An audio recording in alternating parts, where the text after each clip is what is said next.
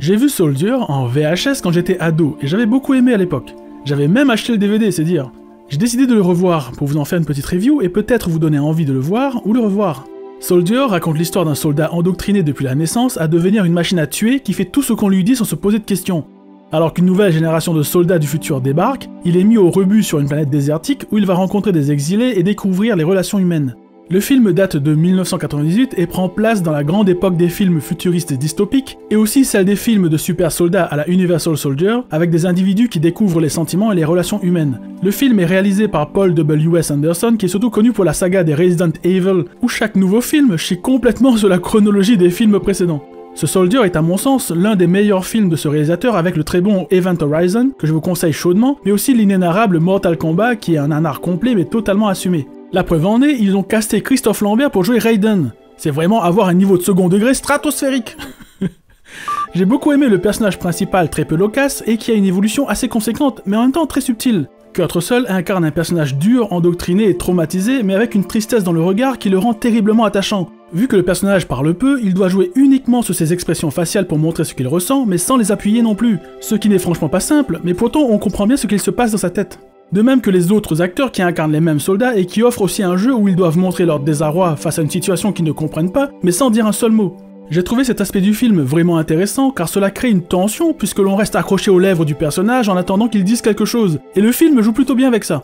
Le film fait écho avec la réalité en illustrant les traumatismes des vétérans de guerre au travers des flashbacks de son personnage, qui se rend compte que ce qu'il a fait en tant que soldat n'était pas bien du tout. Le film ne lisse rien de tout ça et nous montre que le personnage était vraiment un gros salopard qui répondait aux pires ordres sans se poser la moindre question. D'ailleurs, par moments, le personnage m'a fait penser à celui de John Rambo, qui ne fait plus la différence entre la réalité et son passé, et qui parle aux civils comme s'il parlait à des militaires tellement il n'a connu que ça dans sa vie. Au niveau de l'ambiance générale du film, les gros véhicules sont super cool et les décors vachement sympas. Par contre, les costumes des soldats font un poil toc, j'ai du mal à me dire que leur équipement les protégeait de quoi que ce soit. De plus, la technologie dans le film est tout à fait crédible aujourd'hui. On ne se dit pas que c'est rétro-futuriste comme pour les Star Wars par exemple. L'intérieur des vaisseaux fait plus penser à l'intérieur d'un bâtiment de guerre du genre bateau ou sous-marin et fonctionne plutôt bien. Au niveau des points noirs, l'histoire est cousue de fil blanc, mais le concept rattrape plutôt bien le coup, puisque l'on s'attache assez vite au perso principal et à tout ce qui le travaille intérieurement. Les scènes de combat au corps à corps, même s'ils sont assez impactants, grâce au sound design et aux différents ralentis, manquent un poil d'épique dans la chorégraphie je trouve.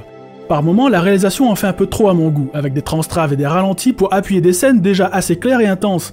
Les effets visuels sont assez inégaux, par moments ils sont très bien foutus et par moments complètement ratés pour moi, avec des maquettes pas super bien éclairées ni même bien intégrées. Aussi, on sent qu'il n'y avait plus trop de budget pour la grosse scène d'effets visuels de la fin.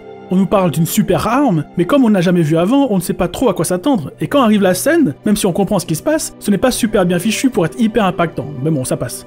Soldier est un bon petit film du dimanche après-midi. Je trouve que même si le film est par moments pas super profond dans sa réalisation, le concept offre une tension émotionnelle forte et rend le tout assez prenant. Je trouve que le film mériterait un remaster pour régler les quelques plans VFX un peu foireux et éviter que l'on sorte du film à cause de ça.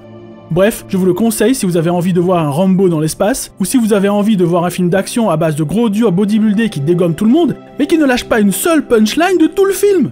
Ça n'arrive qu'une fois par décennie.